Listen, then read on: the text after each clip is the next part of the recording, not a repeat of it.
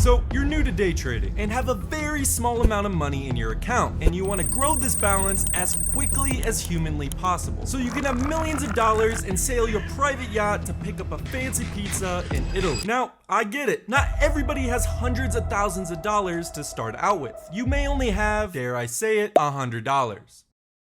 That's exactly why in this video, I'm going to show you my blueprint to grow a portfolio with only $100 in it and perform mathematically proven tactics to grow this balance to a thriving, successful portfolio with millions of dollars inside. To start us off, we're going to start with one of the most important tactics that helped me the most when I was a beginner trader, and that topic is risk management. Now, I know risk management is probably one of the most boring topics to talk about.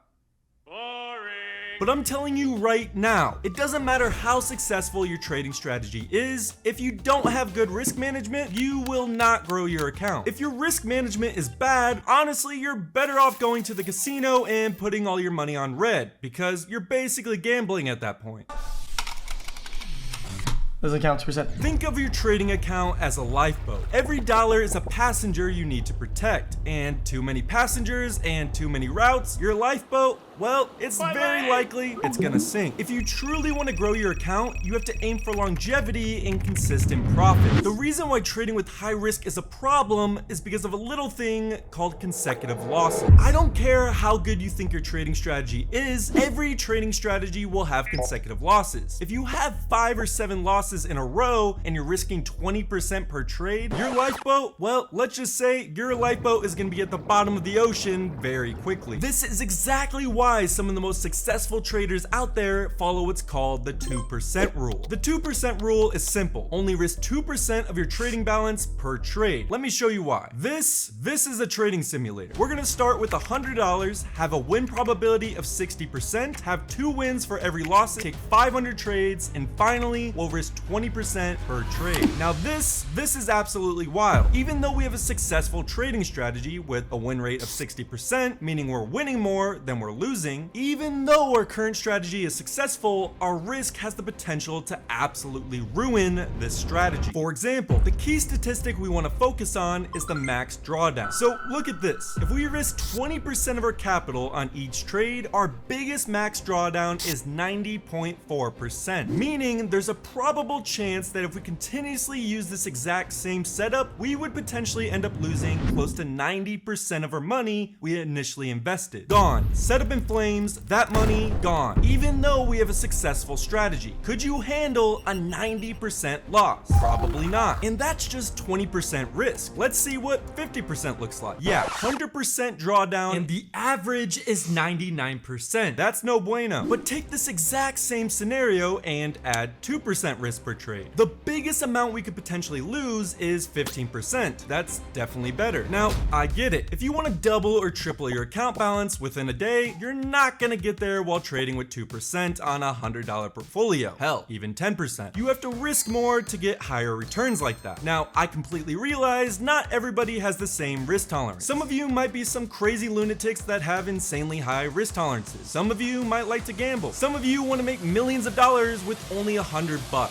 So, I know what you're thinking. 2% is absolute garbage to me. Which, I get that. But if you truly want to grow your account not only efficiently, but consistently, it has been statistically proven that using the 2% rule is the best way to do that. If you're using just 2%, you can handle a lot more consecutive losses compared to if you're using 20 or even 50%. So if you like math, profits, and a lot of fucking money, use the 2% rule. But just because we have good risk management doesn't necessarily mean we're making that money.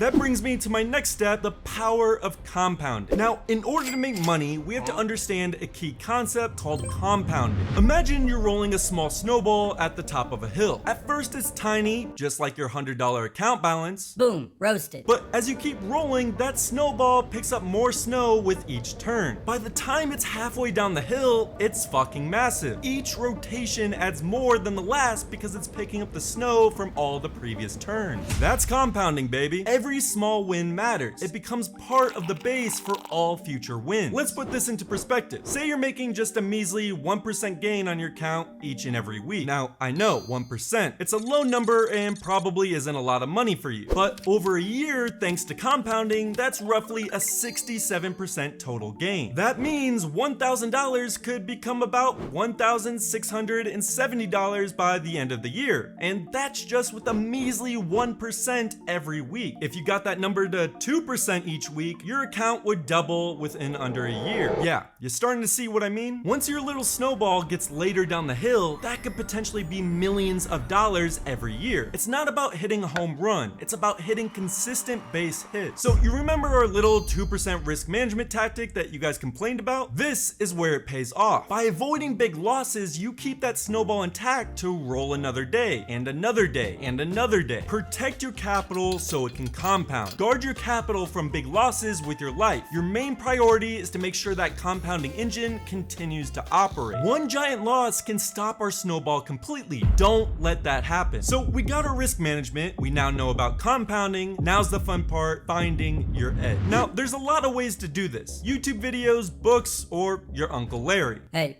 I'm Larry. It's kind of up to you. I personally like the YouTube option, just because, you know, I'm a visual guy, so I like to watch videos. Plus, that Larry guy is kind of weird. But I post strategy videos all the time, and all of them have a statistical edge, so you can simply look through those to find a strategy. Or you can find another YouTuber's strategy. Kind of rude, but moving on. It doesn't really matter how you find your edge. What matters is you actually test the edge yourself. Find a strategy, go to your charting platform, and actually backtest that strategy. What's the win rate? How many wins? How many losses? How did it do? Is it actually profitable? These are all questions you yourself should know. And if you don't know, well, you gotta test it. Now, I get it. Backtesting. It's basically work. Nobody wants to sit down and put in the work to test a strategy. But remember that whole snowball thing? If you don't have a statistical proven edge, yeah, that snowball thing, it doesn't work. So this is definitely the most crucial step in growing your small balance. If you want the millions of dollars, put in the work and start testing. So now you should have a statistical edge, or basically a backtested trading strategy. Now it's time to do the final step in the blueprint, and that is to journal. Now, I'm not talking about Dear Diary, today I made my first trade. type of journal. I'm talking about a system to easily identify the history of your trades, entries, exits. Was it profitable? Did it fail? If so, why? All of these questions should be answered for each and every trade. But why would you waste your time doing this? Take Conor McGregor, for example. Conor McGregor, if you don't know, is a UFC fighter. One day, he's watching back the tape and noticed his opponent moves his right hand slightly before throwing it. So he went to the gym, started practicing that exact same scenario where he slightly moves his hand and he counters. Then the big fight comes, and within 9 seconds,